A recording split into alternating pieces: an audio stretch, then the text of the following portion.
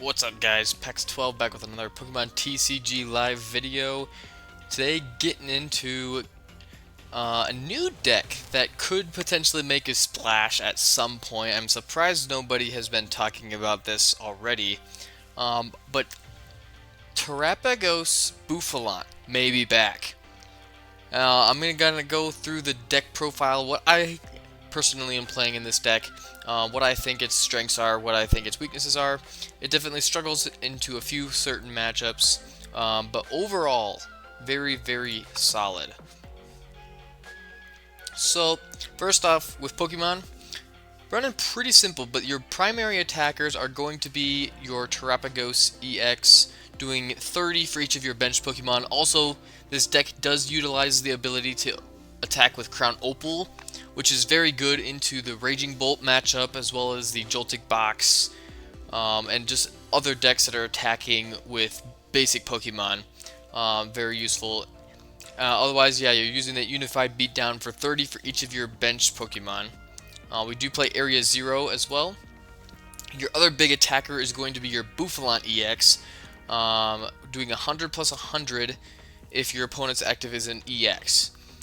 Now, yeah, 200, not super good damage, but also we have to pay attention to this Bouffer ability that reduces 30 damage from attacks, and we combine that with this Bouffalant being able to take 60 damage less from attacks as long as we have two of these Bouffalant in play. Our basic normal types will take 60 less damage. Therefore, these Bouffalant can be taking 90 less damage, which is a lot.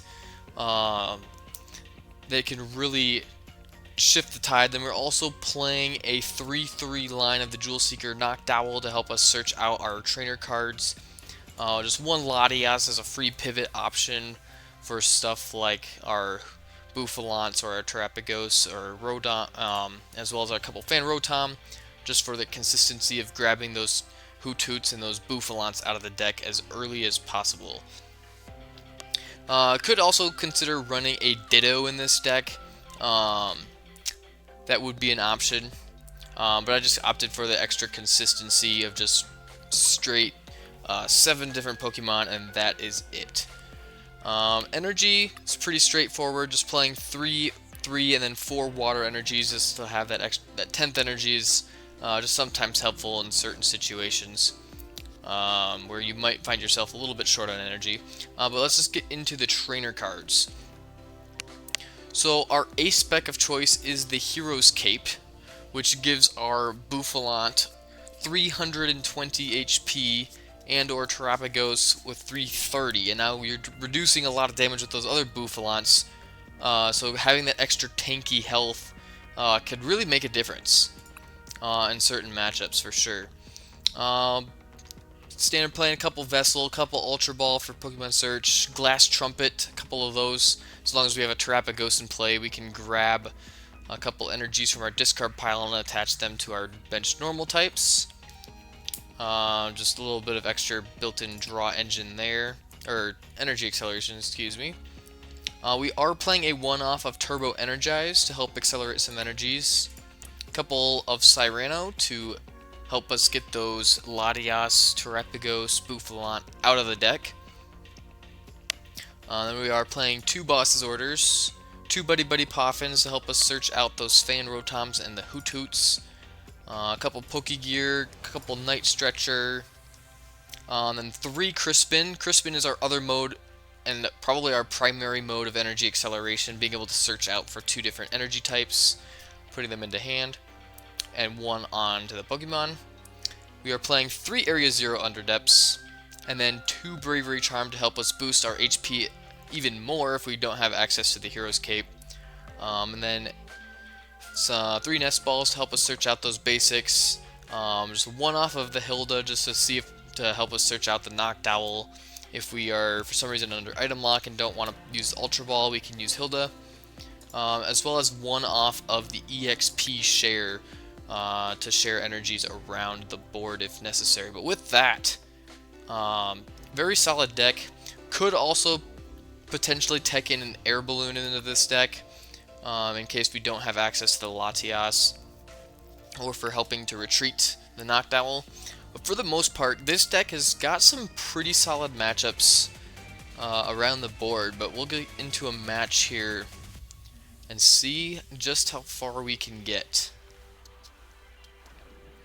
So yeah, being able to hit for some 200 damage into EXs, and like we're not one-hit KOing a lot of things. We do have to two-hit KO a lot of things, but we are also, they have to do the same to us as long as we have those two baby Bouffalants on the bench. Okay, we do get to go first. Typically this deck does prefer to go first since we have the Fan Rotom ability. It looks like we will not have that offered to us right off the bat, but we do have a fairly solid opening hand. Cornerstone. Okay, this could be a bit tricky, so we are going to have to take this down with the Terapagos. But what we can do here, so we can Ultra Ball, we can grab our Fan Rotom here. That'll allow us to get some of those Hoot Hoots and other crew members out of the deck. So we are going to grab the second Bouffalant here. That way we can start that damage reduction already. I'm going to hold on to this Bouffalant for right now. Because I do want to leave this bench space open for Latias, just in case he were to gust something up to try to stall us out. But Noctowl next turn ideally will grab us Crispin and possibly the Nest Ball for either Latias. Oh, this must be that new Okie Dokie deck. Okay. This will be interesting for sure, because we are weak to fighting. This entire deck is weak to fighting, minus the Fan Rotom.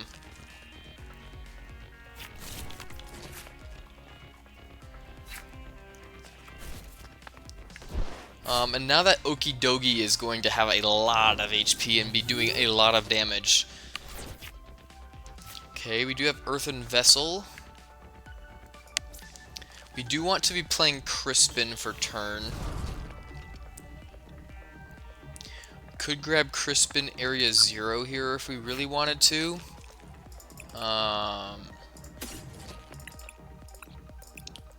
think Crispin Nest Ball will be the play.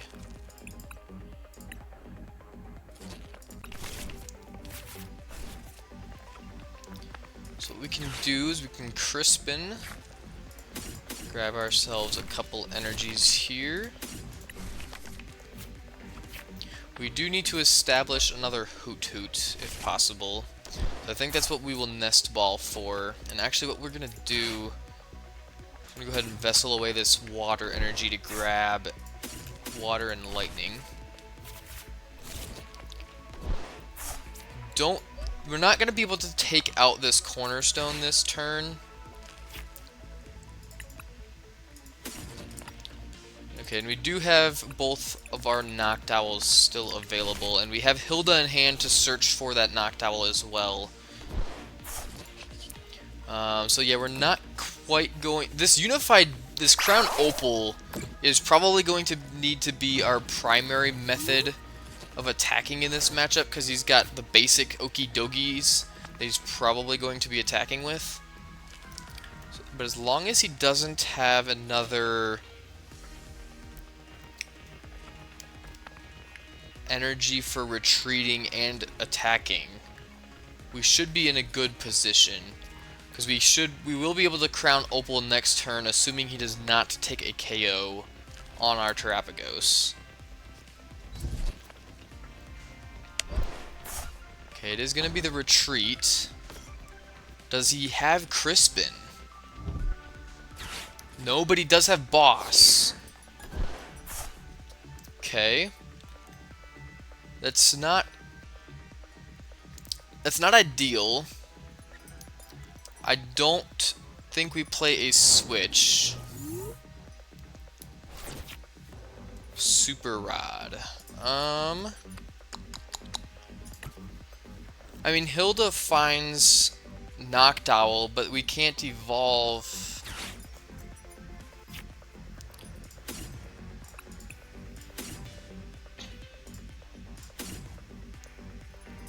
And then retreat for free if we grab Latias, but unfortunately,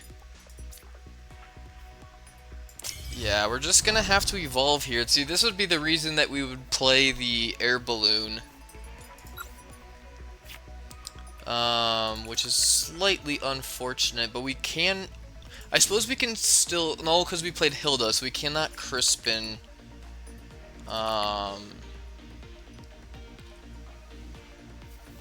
If we can discard a lightning energy and use glass trumpet, yes, this could work.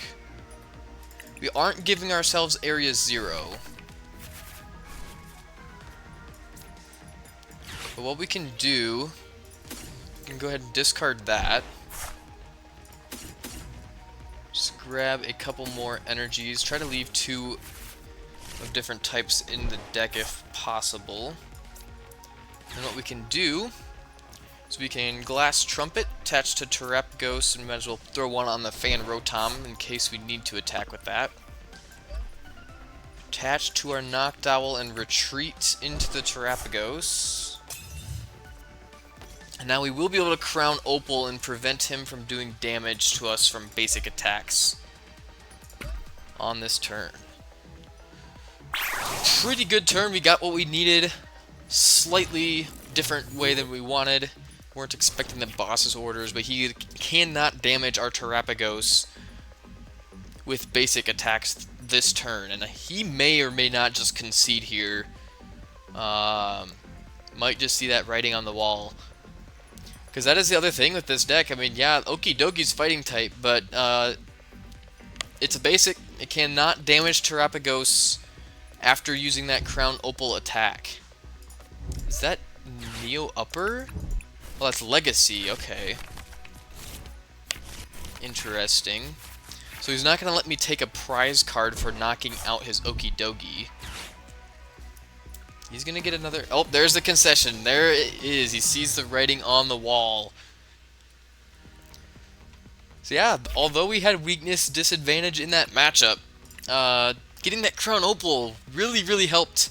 And it was also very helpful that he did not get that extra energy on that previous turn. Otherwise, we could have been in some trouble. But we got what we needed. He did not. We can go ahead and hop into another match. The ladder's ending in about 12 hours. I probably will not get this video posted until tomorrow morning, most likely. But that is okay. Alright, we'll go with Tails.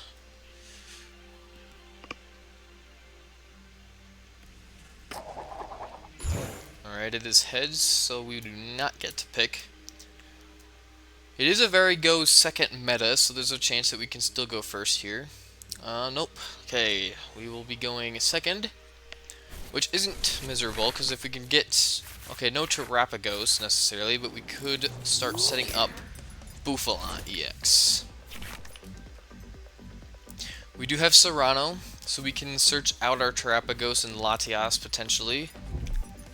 Don't know if I want to bench this other Bouffalant right away. Ethan's Ho-Oh. Okay. This'll be interesting.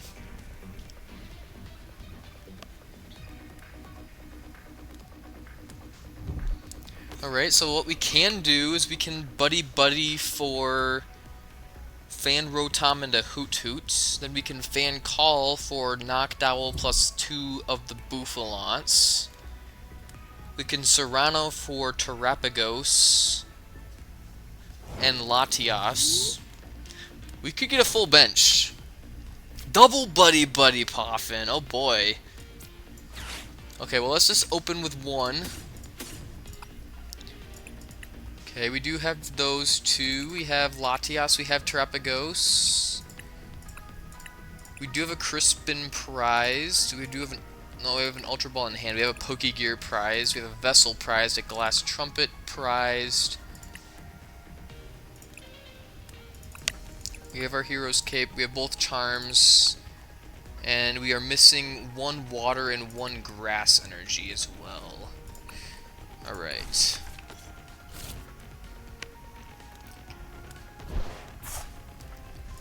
Okay, so then we'll go ahead and fan call. Actually, let's do this first. Let's go ahead and buddy for another Hoot Hoot. We will have to play Serrano as the supporter for turn.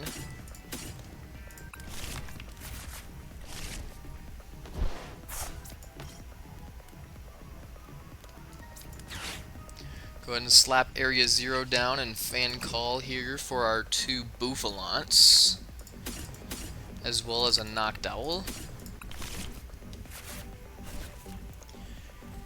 This is a very good looking turn here. Okay, we are at 6 benched. I don't necessarily want to put Latias down right now. I hope, assuming he does not have Stadium Bump, I think we're in the clear. And we are just gonna have to pass because we do not have any energy cards, unfortunately. And I can't imagine that he's going to be attacking with this Ethan's Ho-Oh. Especially since now it's the damage it would be doing is being reduced by 90. Is that the good old Prism energy? Okay. Oh, okay. Losing that Bouffalant could be interesting.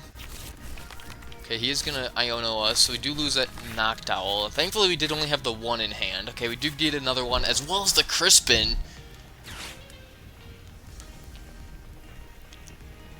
We would need a full bench in order to take the knockout on this Ethan's Ho-Oh.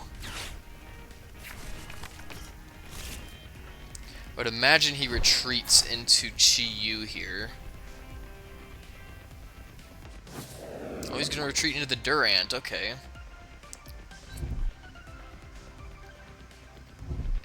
He doesn't have the energy acceleration yet.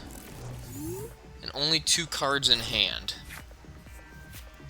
Okay, so what we can do first is we can Crispin to our Terapagos.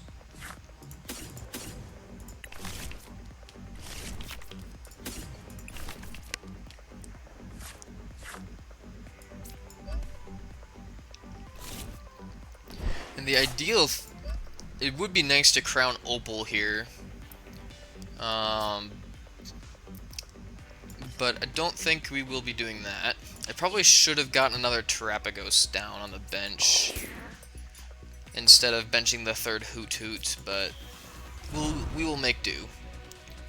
Alright, we'll go ahead and grab ourselves off of this. Possibly the Hilda to search out another evolution. Actually I like this idea better. Don't necessarily need the Hero's Cape at this moment. But what we can do is we can use this to grab another energy out.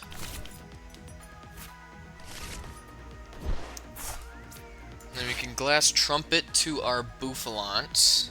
Just get an energy on that guy, so we're 1 Crispin away from powering that Bouffalant up. And we will Unified Beatdown for 240 damage. And that will take 2 prizes. And he does not have anything on his board currently that will be able to take us out. I mean, I think his really only option is to attack with the Chi-Yu right now. But even that's only going to do 50 damage to our... Or I guess it does I guess it does 80 to our Terapagos. And just the concession! They just cannot deal with this tanky Terapagos at all. Yeah, this deck is so much fun. Granted, those two decks are not necessarily huge into the meta game right at this moment. But yeah, just being able to reduce so much damage, and it screws the math up for so many decks in the format that you'd be kind of surprised. Now, the one big disadvantage that this deck has is that I guess it does not lose to Team Rocket's Watchtower, but it does struggle against it if you cannot use Noctowls to search out your stadiums. We do play 3 of them. We do not play a stadium search card, such as Colress's Tenacity, to find those stadium bumps, and we don't have a whole lot of draw support. That Noctowl is our main support of the deck. But if you can dodge the Watchtowers and you can dodge the fighting types, which there's not a lot of fighting type decks in the format right now. The only really 2 that I can think of is like Mammo's Swine and Cynthia's Garchomp, and I guess there's that Okidogi deck. But like those aren't super popular. But I guess with the Mega Set on the horizon, Garchomp will be getting a serious buff, and therefore this deck may not be as good. But like in the current game, current meta game, I believe this deck has a lot of potential. I've been playing this deck a decent amount since Black Bolt White Flare came out, and it's been doing pretty well for me. Yeah, with that, I will see you guys in the next video, and I hope you give this deck a try. A lot of fun.